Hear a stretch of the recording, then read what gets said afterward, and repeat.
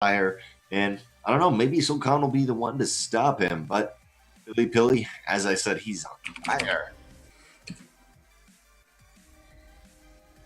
Spawning in the bottom left here on Ruins of Ceres, we have got our green Protoss, Storm Gaming's PiLiPiLi. And his opponent in the bottom right-hand corner, the purple Zerg player, it is SoulKhan, who is GM, by the way, according to his portrait.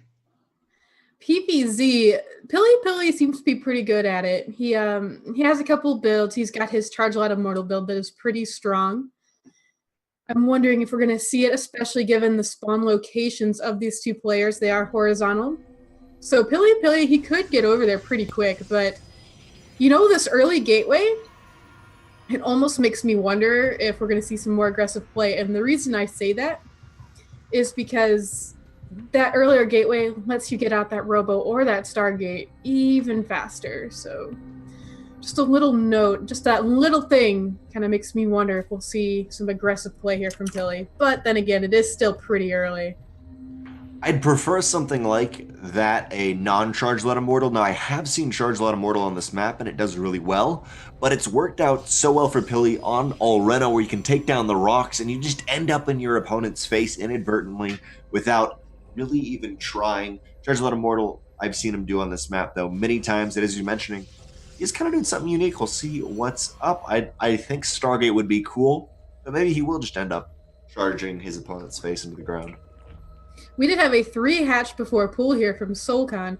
Pretty greedy, but Pili might scout this. He'll at least see that late spawning pool and kind of figure that, hey, this is indeed a 3 hatch before pool.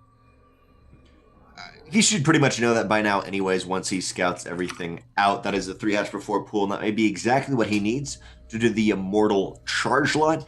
The big thing everyone's going to be looking for now is, so how are we going to see SoulKhan defend this? What's his choice? Normally it is Roach Warren, but Immortal Charge Lot, it just crushes through that.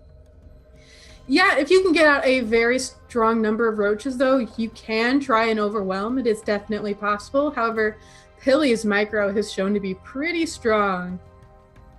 We'll see what it ends up being, though. We do have an Adept starting out. So maybe it is not it might not actually be the Charge Lot Immortal, as we are having an Adept, and then a Stalker. If it is a Charge Lot Immortal, it will be slightly delayed due to these 2 units coming out normally. That you would save your first gas for that Robo, but we are actually going to have a Twilight here for Pili. So it is probably, I don't know, do you think it's going to be Blink, DrennoC?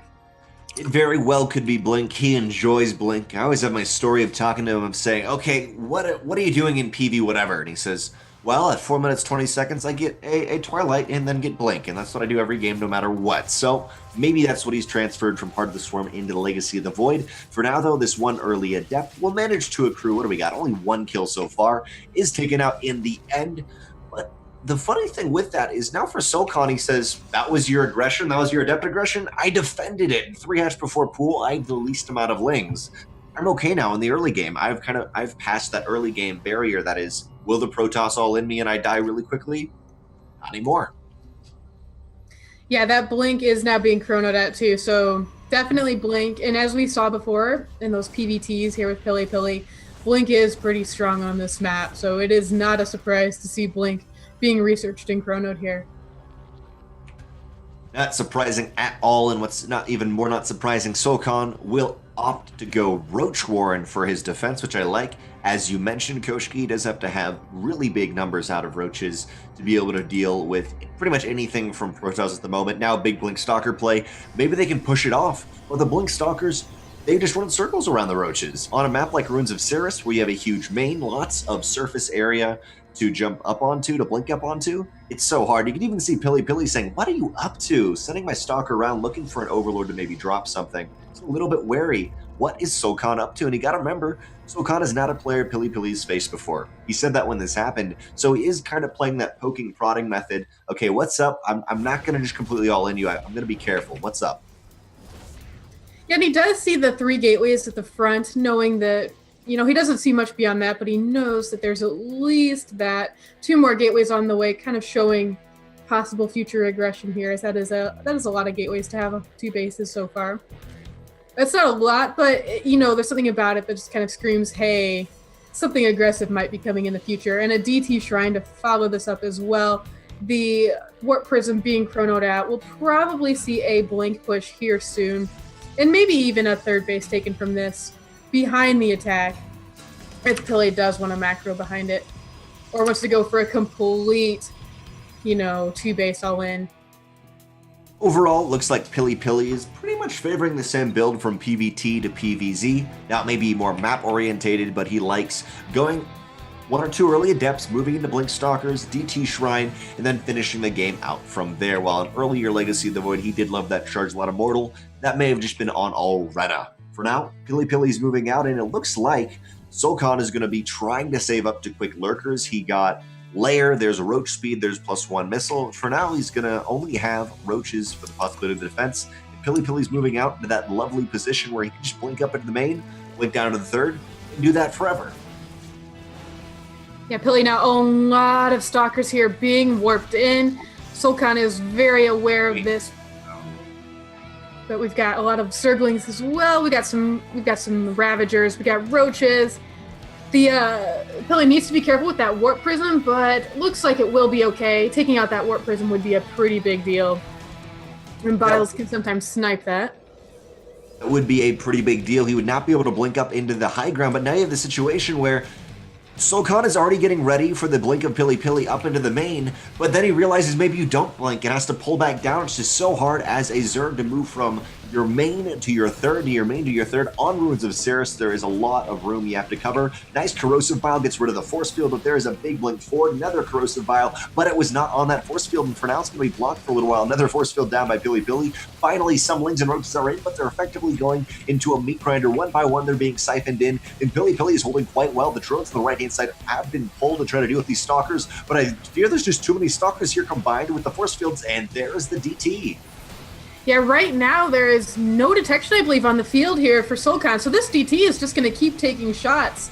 I don't even see any production. I don't see any detection in production. So these DTs are just going to start tearing the drones and the army up.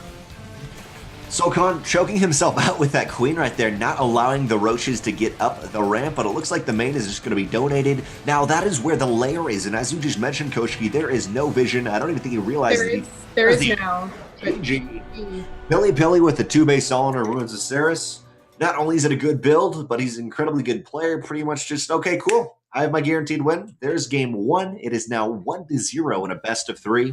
SoulKhan's got to be on edge after just going down easily. At least he doesn't have to play Ruins of Ceres next game, and this may be one of the situations where SoulKhan may have picked Ruins of Ceres just to say, I want to get out of the way early. I don't want to have to play a 1-to-1 match on Ruins of Ceres where we can just play Stalker all in me. Yeah, and I know I mentioned earlier that, you know, Pili needed to keep his Warp Prism safe. I almost feel silly saying that. Pili knows to keep his Warp Prism safe, and he actually showed a very good job in doing that.